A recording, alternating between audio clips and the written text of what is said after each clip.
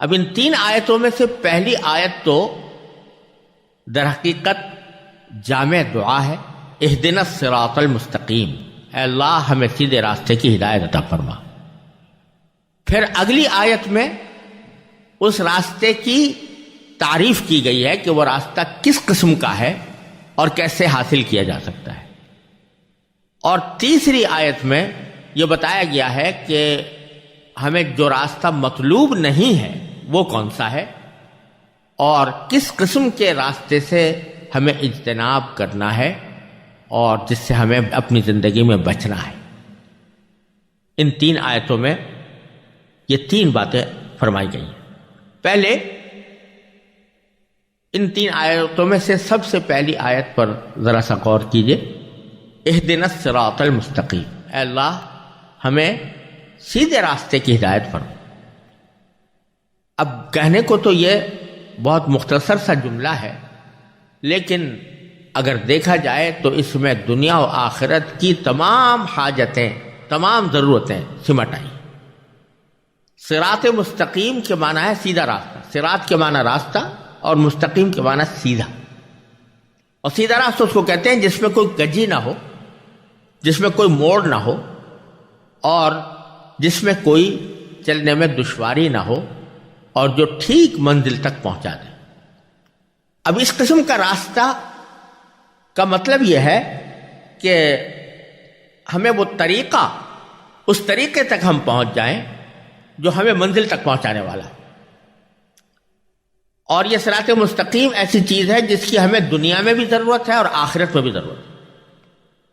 دنیا میں ضرورت اس لیے ہے کہ جو کام بھی کرنے جا رہے ہوں وہ اس وقت تک انجام نہیں پا سکتا جب تک اس کام کو انجام دینے کا ہم صحیح طریقہ اختیار نہ کریں۔ اگر ہمیں جانا تو ہے فرض کیجئے لاہور، اور ہم لاہور جانے کا طریقہ اختیار کرنے کے بجائے ہم کوئٹہ جانے کا طریقہ اختیار کر لیں تو ظاہر ہے کہ منزل تک نہیں پہنچ سکتے۔ اسی طرح ہمیں علاج تو کرنا ہے فرض کیجئے بخار کا، اور ہم علاج کرنا شروع کر دیں خارش کا، تو ظاہر ہے کہ اس سے ہمارا مقصود حاصل نہیں ہو سکتا۔ دنیا کے ہر کام میں بھی ہمیں سیدھے راستے کی ضرورت ہے، اور آخرت کے کاموں میں بھی سیدھے راستے کی ضرورت ہے، یعنی وہ راستہ کہ جس میں نہ افراط ہو نہ تفریط ہو، اعتدال کا راستہ، وہ راستہ جو اللہ تبارک و تعالی نے کامیابی کے لیے ہمارے واسطے متعین فرمایا ہے، اور جس کی نبی کریم سرور دو عالم صلی اللہ علیہ وسلم نے ہمیں ہدایت فرمائی ہے، اس کی رہنمائی فرمائی۔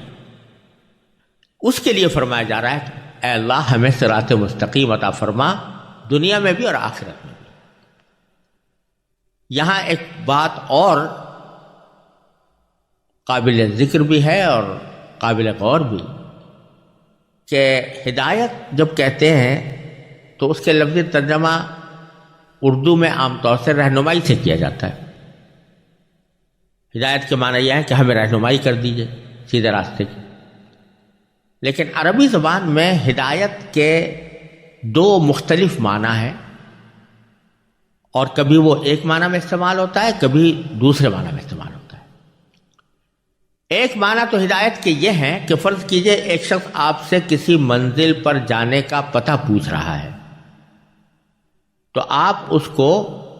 وہاں تک پہنچنے کا راستہ زبانی طور پر بتا دیتے ہیں کہ تم یہاں سے مثلاً یہ سیدھی سڑک ہے، اس کے اوپر جانا، اور اتنی دور چلنے کے بعد دائیں طرف مڑ جانا، اور پھر کچھ دیر چلنے کے بعد بائیں طرف مڑ جانا، تو فلاں جگہ پہنچ کر تمہاری منزل آ جائے گی۔ آپ نے زبانی طور پر اس کو بتا دیا۔ اب یہ اس کا کام ہے کہ جو کچھ آپ نے زبانی بتایا ہے وہ اس پر عمل کر کے منزل تک پہنچے۔ ایک تو رہنمائی اور ہدایت یہ ہے، اور دوسری قسم ہدایت کی یہ ہے کہ جو شخص آپ سے پتہ پوچھ رہا ہے اس کو پہلے زبانی طور پر آپ پتہ نہیں سمجھاتے، بلکہ سامانی طور پر سمجھانے کے ساتھ ساتھ اس کا ہاتھ پکڑ کر آپ لے چلتے ہیں اور کہتے ہیں میرے ساتھ آؤ، اور اپنے ساتھ ہاتھ پکڑ کر اسی راستے کو قطع کرا کے جس منزل تک اسے پہنچنا ہے وہاں لے جا کر کھڑا کر دیتے ہیں کہ لو بھائی یہ تمہاری منزل آ گئی۔ اس کو بھی ہدایت کہتے ہیں۔ تو قرآن کریم میں پہلے معنی کی ہدایت کبھی کئی جگہ ذکر آیا ہے، اور دوسرے معنی کی ہدایت کا بھی کئی جگہ ذکر آیا ہے، اور دونوں میں عربی زبان کے لحاظ سے فرق یہ ہوتا ہے کہ اگر ہدایت کے لفظ کے ساتھ الہ کا لفظ آ جاتا ہے تو پھر اس صورت میں ہدایت کے پہلے معنی مراد ہوتے ہیں. یعنی اگر یوں کہا جاتا کہ اہدنا الی الصراط المستقیم، تو اس کے معنی یہ ہوتا ہے کہ اللہ ہمیں راستہ بتا دیجئے، زبانی طور پر بتا دیجئے کہ راستہ کس طرح ہوگا اور کہاں کس راستے سے ہم منزل تک پہنچیں گے. لیکن اگر بیچ میں الہ نہ ہو بلکہ براہ راست کہہ دیا جائے ہدایت کے بعد دو مفعول آ جائیں تو اس میں ہدایت کے دوسرے معنی مراد ہوتے ہیں، یعنی ہمیں پکڑ کر لے جائیں اس جگہ تک. تو اللہ تبارک و تعالی نے یہاں اس آیت کریمہ میں بغیر الہ کے فرمایا ہے اہدنا الصراط المستقیم، کہ اللہ ہمیں صراط مستقیم تک پہنچا دیجیے. گویا صرف اتنی بات نہیں مانگی جا رہی کہ آپ زبانی طور پر ہمیں بتا دیں کہ کون سا راستہ سیدھا ہے، بلکہ یہ توفیق مانگی جا رہی ہے کہ آپ اپنے فضل و کرم، اپنی توفیق سے ہمیں اس راستے تک پہنچا دیجئے جو سیدھا ہے. لہذا اس لحاظ سے اگر دیکھا جائے تو یہ بہت بڑی عظیم دعا ہے، جس میں بندہ صرف یہ نہیں مانگ رہا کہ مجھے آپ راستہ دکھا دیجئے، بلکہ یہ مانگ رہا ہے کہ مجھے راستے تک پہنچا دیجئے. یہ دعا سکھائی گئی ہے، اور اس دعا کے ذریعے یہ تسلی کا سامان ایک انسان کے لیے دیا گیا ہے کہ اگر اس کو صحیح راستے پر چلنے میں دشواری معلوم ہو رہی ہے تو وہ اس دشواری کو دور کرنے کے لیے اللہ تبارک و تعالی ہی سے رجوع کر کے یہ مانگے کہ اللہ تبارک و تعالی اسے سیدھے راستے پر پہنچا دے. لیکن اس کا مطلب ظاہر یہ نہیں ہے کہ آدمی صرف زبانی طور پر یہ دعا مانگ کر فارغ ہو جائے، نہ اس کا ارادہ ہو سیدھے راستے پر چلنے کا، نہ اس کے دل میں کوئی خواہش اور داعیہ ہو، اور نہ اس طرف وہ کوئی قدم بڑھائے، بلکہ بس صرف دعا مانگتا رہے کہ مجھے صراط مستقیم تک پہنچا دیجیے. یہ مطلب نہیں، اس لیے کہ اس کے معنی تو یہ ہوں گے کہ میں خود تو نہیں چاہتا اور نہ خود کوئی ہاتھ پاؤں ہلانے کی جرت کرتا ہوں، اللہ تبارک و تعالیٰ زبردستی مجھے سیدھے صراط مستقیم پر لے جائیں. تو خوب سمجھ لینا چاہیے کہ اللہ تبارک و تعالیٰ کسی کو بھی زبردستی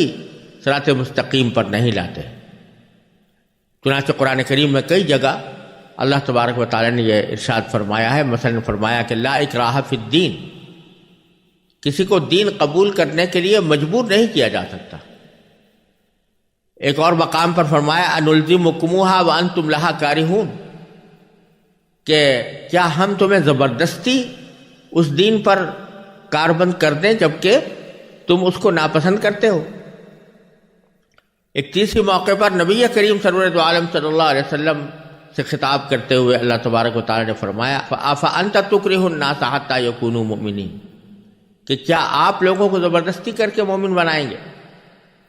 لہذا یہ آیتیں بالکل اس بات کی وضاحت کر رہی ہیں کہ اللہ تبارک و تعالی نے جب انسان کو یہاں دنیا میں بھیجا ہے تو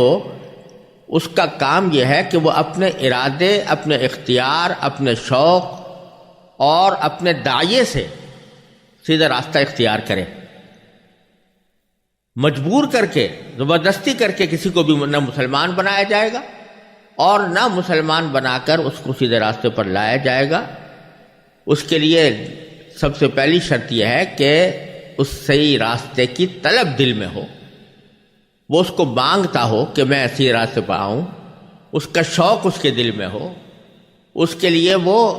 دل میں خواہش رکھتا ہو، اور نہ صرف یہ کہ خواہش رکھتا ہو بلکہ اپنی مقدور بھر کوشش اس راستے پر جانے کی کرے. تو اس وقت پھر اس کو یہ حق پہنچتا ہے کہ وہ یہ کہے کہ یا اللہ میرے دل میں خواہش بھی ہے اور میں کوشش بھی کر رہا ہوں، لیکن بعض اوقات اپنے نفس اور شیطان کے ہاتھوں مجبور ہو جاتا ہوں، اس واسطے مجھے اپنے فضل و کرم سے توفیق عطا فرما دیجیے۔ یہ ہے مطلب اہدنا الصراط المستقیم کا، اور اس کو اگر ماقبل کی آیت سے یعنی پہلے والی آیت سے ملا کر پڑھا جائے تو یہ دعا بندہ اس وقت کر رہا ہے جب وہ یہ کہہ چکا کہ ایاک نعبد و ایاک نستعین، یہ اقرار بھی کر چکا، یہ عہد بھی کر چکا کہ اللہ ہم آپ کے سوا کسی کی عبادت نہیں کریں گے، اور اے اللہ ہم آپ کے سوا کسی کی مدد نہیں چاہیں گے۔ یہ اقرار کرنا خود اس بات کی علامت ہے کہ وہ اللہ تبارک و تعالیٰ کی عبادت کو ہی درست مانتا ہے اور اس کی اطاعت ہی کو درست مانتا ہے اور اس طرف چلنا بھی چاہتا ہے، اور پھر یہ کہہ رہا ہے کہ اہدنا الصراط المستقیم۔ اسی بات کو قرآن کریم نے ایک دوسری آیت کریمہ میں اس طرح ارشاد فرمایا ہے کہ الذین جاہدوا فینا لنہدینہم سبلنا، کہ جن لوگوں نے ہمارے راستے میں کوشش کی ہے، جو اس راستے پر قدم بڑھانے کے لیے تیار ہیں، لنہدینہم سبلنا، ہم ضرور بالضرور ان کو اپنے راستوں تک پہنچا دیں گے۔ یہاں بھی اللہ تبارک و تعالیٰ نے الا استعمال نہیں کیا، یعنی لنہدینہم الی سبلنا نہیں فرمایا، بلکہ لنہدینہم سبلنا فرمایا ہے، جس کے معنی صرف یہ نہیں ہے کہ ہم ان کو راستہ دکھا دیں گے، بلکہ مطلب یہ ہے کہ اپنے راستوں تک پہنچا دیں گے۔ لیکن اس کی بنیادی شرط کیا ہے کہ الذین جاہدوا فینا، جنہوں نے ہمارے راستے میں کوشش کی۔ تو ایک طرف خواہش ہو، طلب ہو، دل میں داعیہ ہو، اور اپنی حد تک جتنی کوشش انسان کر سکتا ہے وہ کوشش کر لے، اور پھر اللہ تبارک و تعالیٰ سے مانگے کہ اللہ مجھے صراط مستقیم تک پہنچا دیجئے۔ یہ ہے اس دعا کا اصل مقصود۔ اور جب اللہ تبارک و تعالیٰ سے یہ دعا مانگی جاتی ہے، اس کے تقاضے پورا کر کے مانگی جاتی ہے، اور دل سے مانگی جاتی ہے، اور کوشش کر کے مانگی جاتی ہے، تو پھر اللہ تبارک و تعالیٰ کی سنت یہی ہے کہ انسان کو وہ صراط مستقیم کی ہدایت عطا فرما دیتے ہیں۔ اس بات کی طرف ایک لطیف اشارہ اگلی دو آیتوں میں، کیونکہ جہاں صراط مستقیم کا ذکر اللہ تبارک و تعالیٰ نے اس آیت میں فرمایا، تو اگلی دو آیتوں میں اس صراط مستقیم کی تفسیر بیان فرمائی ہے کہ صراط مستقیم کیا ہے، اور انسان کو متوجہ کیا ہے کہ وہ کس طرح پہچان سکتا ہے کہ کون سا راستہ سیدھا ہے، اور کس طرح وہ اس کی طرف اپنی کوشش شروع کر سکتا ہے۔ تو ان دو آیتوں میں صراط مستقیم کا مطلب اللہ تعالیٰ نے بیان فرمایا ہے، اور صراط مستقیم کی علامتیں بیان فرمائی ہیں۔ اور یہ دو علامتیں ہیں جن میں سے ایک علامت ایجابی ہے، مثبت ہے، اور دوسری سلبی اور منفی ہے۔ یعنی ایک آیت میں یہ فرمایا کہ وہ کون سا راستہ ہے، اور دوسری آیت میں فرمایا کہ کون سا راستہ نہیں ہے۔ تو کون سا راستہ ہے اس کے لیے فرمایا صراط الذین انعمت علیہم، راستہ ان لوگوں کا کہ جن پر اے اللہ آپ نے اپنا انعام فرمایا۔ اور اس کے بعد آخری آیت میں فرمایا کہ کون سا راستہ نہیں ہے، تو فرمایا غیر المغضوب علیہم ولا الضالین، یعنی ان لوگوں کا راستہ نہیں جن پر اے اللہ آپ کا غضب ہوا، یا ان لوگوں کا راستہ نہیں جو گمراہ ہوئے۔ تو اللہ تعالیٰ نے صراط مستقیم کی تفسیر کرتے ہوئے، اس کا مطلب بیان کرتے ہوئے دونوں پہلو اس کے بتا دیے کہ اس کی پہچان کیا ہے۔ پہچان مثبت طور پر تو یہ بیان فرمائی کہ یہ ان لوگوں کا راستہ ہے جن پر اللہ تعالیٰ کا انعام ہوا۔ اب اللہ تعالیٰ کا انعام کس پر ہوا، اس کی وضاحت اللہ تبارک و تعالیٰ نے قرآن کریم ہی کی سورہ نساء میں اس طرح فرمائی ہے کہ اولئک الذین انعم اللہ علیہم من النبیین والصدیقین والشہداء والصالحین، کہ یہ وہ لوگ ہیں جن پر اللہ نے اپنا انعام فرمایا ہے، یعنی انبیاء کرام اور صدیقین۔ صدیقین سے مراد وہ حضرات ہیں کہ جو نبی کے مکمل طور پر تابع دار ہوتے ہیں اور تابع داری میں پوری طرح سچے اترتے ہیں، جیسے حضرت ابو بکر صدیق رضی اللہ تعالیٰ عنہ نبی کریم صلی اللہ علیہ وسلم کے ساتھ تھے۔ اور پھر فرمایا کہ شہداء یعنی جو اللہ تعالیٰ کے راستے میں اپنی جانیں قربان کرتے ہیں، والصالحین اور وہ نیک لوگ جنہوں نے اپنی زندگی کو اللہ تبارک و تعالیٰ اور اللہ کے رسول صلی اللہ علیہ وسلم کی تابع داری کے لیے وقف کر دیا۔ یہ 4 مختلف قسمیں جن کا ذکر اللہ تبارک و تعالیٰ نے ان لوگوں میں فرمایا ہے جن پر اللہ تعالیٰ کا انعام ہوا، انبیاء کرام، صدیقین، شہداء اور صالحین۔ تو صراط الذین انعمت علیہم کا مطلب یہ ہوا کہ اے اللہ ہمیں ان لوگوں کے راستے تک پہنچا دیجئے کہ جو انبیاء کا راستہ تھا، جو ان کے مکمل تابع دار، سچے تابع دار لوگوں کا راستہ تھا، جو اللہ تبارک و تعالیٰ کے راستے میں اپنی جانیں قربان کرنے والوں کا راستہ تھا، اور جو ان لوگوں کا راستہ تھا جنہوں نے صلاح و فلاح کی زندگی گزاری ہے، یعنی اللہ تبارک و تعالیٰ کے احکام کی مکمل تابع داری کے ساتھ زندگی گزاری۔ اور غیر المغضوب علیہم ولا الضالین میں اس کا منفی پہلو ہے، یعنی ہمیں ان لوگوں کا راستہ نہیں چاہیے کہ جن پر اے اللہ آپ کا غضب ہوا، اور نہ ان کا راستہ چاہیے جو گمراہ ہوئے۔ جن پر اللہ کا غضب ہوا سے مراد وہ لوگ ہیں کہ جو جانتے بوجھتے کسی غلط طریقہ کار میں مبتلا ہوئے، جنہوں نے جانتے بوجھتے دین اسلام کو قبول نہ کیا، یعنی ان کا دل گواہی دے رہا تھا کہ اسلام دین برحق ہے، نبی کریم سرور دو عالم صلی اللہ علیہ وسلم جو پیغام لے کر آئے ہیں وہ سچا پیغام ہے، وہ واقعتاً اللہ تبارک و تعالیٰ کی طرف سے پیغمبر بنا کر بھیجے گئے ہیں، اور جو کچھ فرما رہے ہیں وہ اللہ تبارک و تعالیٰ کے احکام کو ہم تک پہنچا رہے ہیں۔ دل ان کا گواہی دیتا تھا، لیکن انہوں نے اپنی ضد کی وجہ سے، ہٹ دھرمی کی وجہ سے، یا اپنے دنیاوی مفادات کی خاطر اس بات کو نہیں مانا، تو اللہ تبارک و تعالیٰ کا غضب ان پر نازل ہوا۔ اور ضالین سے مراد وہ لوگ ہیں کہ جو ہٹ دھرم اس معنی میں تو نہیں تھے کہ وہ جانتے بوجھتے حق کو جھٹلاتے ہوں، بلکہ وہ یہ کہ انہوں نے حق تک پہنچنے کا طریقہ غلط اختیار کیا۔ چاہتے تو تھے کہ حق تک پہنچے، لیکن حق تک پہنچنے کا طریقہ غلط اختیار کیا، اور اس کی وجہ سے وہ گمراہی میں پڑ گئے۔ تو دونوں قسم کی باتیں اللہ تبارک و تعالیٰ نے ذکر کر دی، چاہے وہ لوگ ہوں کہ جو جان بوجھ کر غلط راستے پر پڑے ہوں، یا وہ لوگ ہوں کہ جو بھٹک کر، گمراہ ہو کر غلط راستے پر پڑ گئے ہوں۔ اے اللہ ہمیں ان کا راستہ نہیں چاہیے، راستہ ان کا چاہیے جن پر آپ کا انعام۔ یہاں جو ایک اہم بات قابل غور ہے وہ یہ کہ صراط مستقیم کا مطلب اللہ تبارک و تعالی بیان فرمانا چاہتے ہیں، تو اس کا ایک مختصر راستہ یہ بھی ہو سکتا تھا کہ اللہ تبارک و تعالی یوں فرماتے کہ صراط القرآن، یعنی قرآن کا راستہ جو قرآن نے دکھایا ہے وہ بتلا دیتے، یا نبی کریم سرور دو عالم صلی اللہ علیہ وسلم کی سنت کا حوالہ دے دیا جاتا کہ آپ کی سنت کا طریقہ وہ صراط مستقیم ہے، اور اگر ایسا فرمایا جاتا تو یقیناً برحق ہوتا، کیونکہ قرآن بھی صراط مستقیم کی ہدایت کرتا ہے، اور نبی کریم سرور دو عالم صلی اللہ علیہ وسلم کی سنت بھی صراط مستقیم کی ہدایت کرتی ہے۔ لیکن اللہ تبارک و تعالی نے یہاں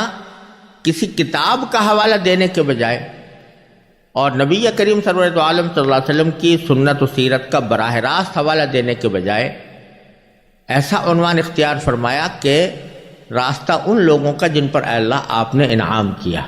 جس میں انبیاء کرام بھی آ گئے، صدیقین بھی آ گئے، شہداء بھی آ گئے، صالحین بھی آ گئے۔ اس میں بظاہر یہ ایک اہم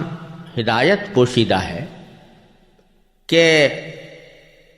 کسی انسان کو ہدایت پر لانے کے لیے اور صحیح راستے پر گامزن کرنے کے لیے تنہا کتاب کبھی کافی نہیں ہوتی، کیونکہ کتاب سے ایک نظری علم حاصل ہوتا ہے، نظریاتی علم حاصل ہوتا ہے، لیکن اس علم پر عمل کس طرح ہو اور کن حدود میں ہو اور اس کا کیا طریقہ اختیار کیا جائے، یہ باتیں عام طور سے صرف کتاب پڑھ لینے سے حاصل نہیں ہوتی۔ آپ دنیا کے ہر علم و فن میں یہ دیکھتے ہیں کہ اس علم و فن کو اگر حاصل کرنا ہے تو اس علم و فن کی صرف کتابیں پڑھ لینا کافی نہیں ہوتا۔ فرض کرو کہ کوئی شخص اگر میڈیکل سائنس پڑھنا چاہتا ہے تو یہ کافی نہیں ہے اس کے لیے کہ وہ میڈیکل سائنس کی کتابیں پڑھ کر اس کو سمجھ لے، بلکہ اس کے لیے ضروری ہوتا ہے کہ وہ کسی ماہر ڈاکٹر کے ساتھ کچھ عرصے رہ کر اس کی مکمل تربیت حاصل کرے۔ اسی طرح دنیا کے ہر علم و فن کا یہ حال ہے، یہاں تک کہ اگر کھانا پکانے کی ترکیبیں سیکھنے کے لیے کوئی آدمی صرف کتاب پڑھے اور اس کتاب کو سامنے رکھ کر کھانا پکانے کی کوشش کرے تو کبھی کامیاب نہیں ہو سکتا جب تک کہ اس نے عملی تربیت نہ لی ہو۔ لہذا اس آیت کریمہ میں اللہ تبارک و تعالی نے یہ توجہ دلائی ہے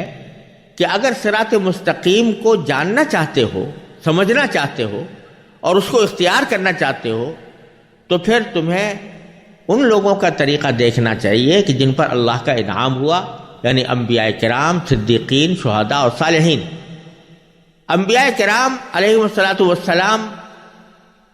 دنیا میں تشریف لائے اور اب نبوت کا سلسلہ بند ہو گیا، اور نبی کریم سرور دو عالم صلی اللہ علیہ وسلم آخری نبی تھے، لہذا آپ کی سنت کو دیکھنا ہوگا۔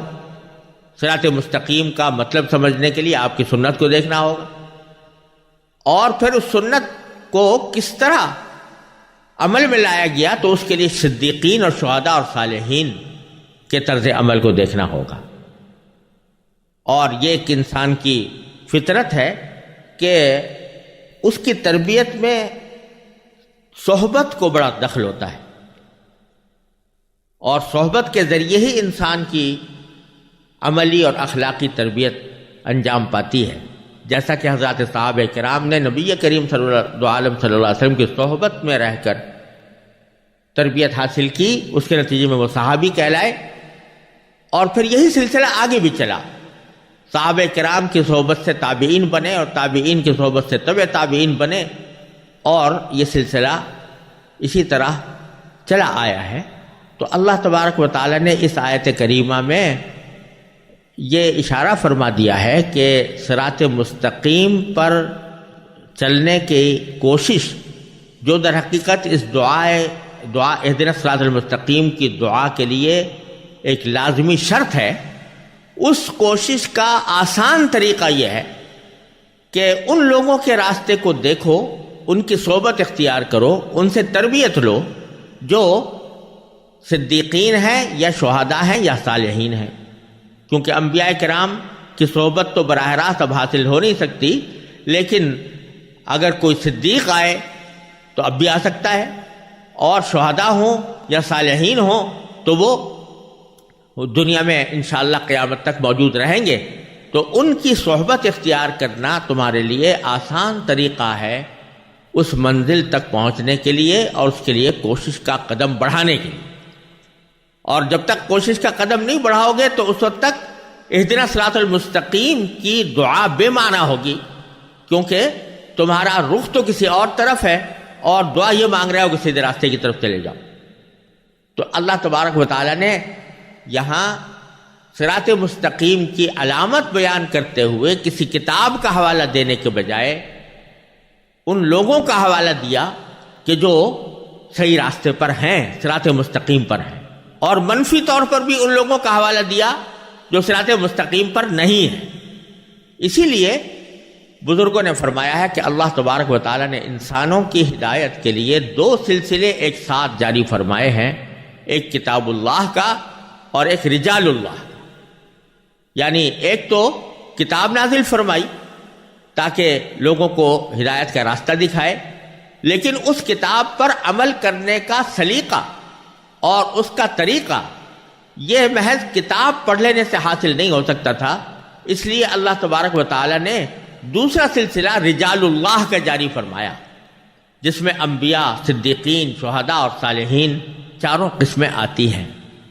یہی وجہ ہے کہ اللہ تبارک و تعالی نے کوئی کتاب بغیر پیغمبر کے نہیں بھیجی۔ ایسی مثالیں ہیں کہ پیغمبر آئے